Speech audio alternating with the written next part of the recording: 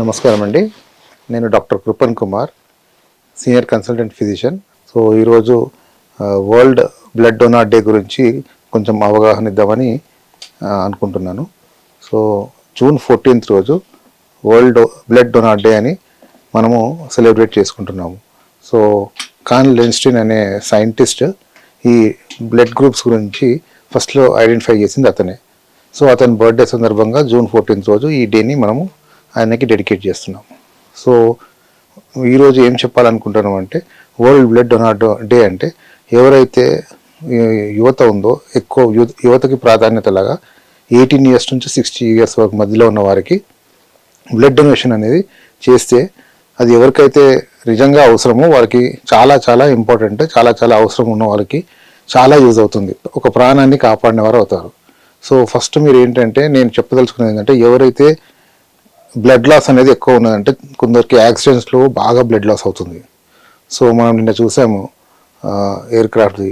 So అలా పెద్ద పెద్ద యాక్సిడెంట్స్ అయినప్పుడు, బ్లడ్ లాస్లో ఉన్నప్పుడు మనము ఏదైతే బ్లడ్ మీరు స్వతహాగా ఎవరైతే యువకులు అయితే ఎవరైతే ఇస్తున్నారో ఆ బ్లడ్ అనేది బ్లడ్ బ్యాంక్లో స్టోర్ అయ్యి వాళ్ళకి వెళ్తుంది. సో అలా కాపాడవచ్చు. సెకండ్లీ, ఇంకొందరికి అనేమియా ఉంటుంది. చిన్న పుట్టుకతోనే హిమోగ్లోబిన్ అనేది తగ్గుతూ ఉంటుంది. సో వారికి ఏంటంటే తలసేమియా అని, హిమోఫీలియా అని కొన్ని జబ్బులు ఉంటాయి. సో జెనెటికల్ డిజార్డర్స్ వల్ల మనకు ఎర్ర రక్త కణాలు తగ్గిపోయి, వాళ్ళకు హిమోగ్లోబిన్ తగ్గిపోయి, వాళ్ళకు ఊపిరి తీసుకోవడంలో problem, heart problems, lung problems, brain problems వస్తుంటాయి. సో వారికి బ్లడ్ తగ్గిపోతుంటారు. అంటే ఎవ్రీ 2 నెలలకు 3 నెలలకు వాళ్ళు వచ్చి బ్లడ్ ఎక్కించుకొని వెళ్ళాలి.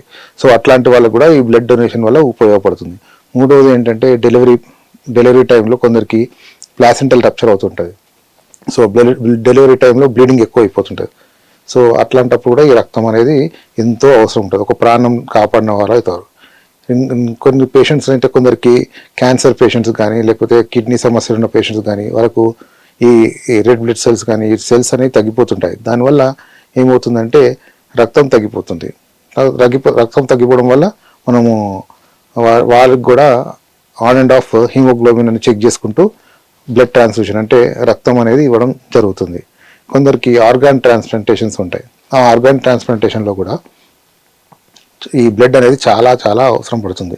సో నేను ఒకటే చెప్తున్నాను ఏంటంటే, ఎవరైతే స్వతహాగా 18 years పై నుండి 60 years వరకు స్వతహాగా బ్లడ్ డొనేషన్ చేస్తే వారు ఎంతోమంది ప్రాణాలు కాపాడిన వాళ్ళు అవుతారు, ఎంతోమందికి హెల్ప్ చేసిన వాళ్ళు అవుతారు. ఎవరైతే మన ఇండియాకి చేయాలనుకున్న, సొసైటీకి ఏదో హెల్ప్ చేయాలనుకుంటే this is the best option. అంటే ఏంటంటే, మీరు బ్లడ్ ఇస్తే ఆ బ్లడ్ అనేది ఎవరికి ఒక బ్లడ్ ఇస్తే ముగ్గురికి హెల్ప్ అవుతుంది. ఒక బ్లడ్ మనం ఒక పేషెంట్ దగ్గర నుంచి 250 to 300 ml బ్లడ్ తీసుకుంటాం. దాన్ని 3 విభాగాలుగా చేస్తాము. ఒకటేమో ప్లేట్లెట్స్ చేస్తాము, ప్లాస్మా చేస్తాము, అలా ఇంకా డిఫరెంట్ టైప్స్ ఆఫ్ డివిజన్స్ చేసి వాటిని ఎవరికి ఏది అవసరమో అది ఇస్తాం. సో దీనివల్ల ఏంటంటే, ప్రాణాలు కాపాడే వాళ్ళు మీరే అవుతారు. సో డైరెక్ట్లీ ఆర్ ఇండైరెక్ట్లీ మీరు ఎంతోమంది ప్రాణాలు కాపాడే వాళ్ళు అవుతారు. నా విజ్ఞప్తి ఏంటంటే, ప్రతి ఒక్కరు స్వతహాగా బ్లడ్ టెస్ట్ చేయించుకొని బ్లడ్ డొనేషన్ చేయించుకోవడం అనేది చాలా ఇంపార్టెంట్. సో బ్లడ్ డొనేషన్ ఇచ్చేటప్పుడు కొన్ని ప్రిన్సిపల్స్ ఫాలో అవుతాం. కొన్ని టెస్టులు చేయించాల్సి వస్తుంది. సో ఎవరైతే బ్లడ్ డొనేషన్ చేయగలుగుతారో వాళ్ళకి కొన్ని టెస్ట్ కంపల్సరీ చేయాల్సి వస్తుంది.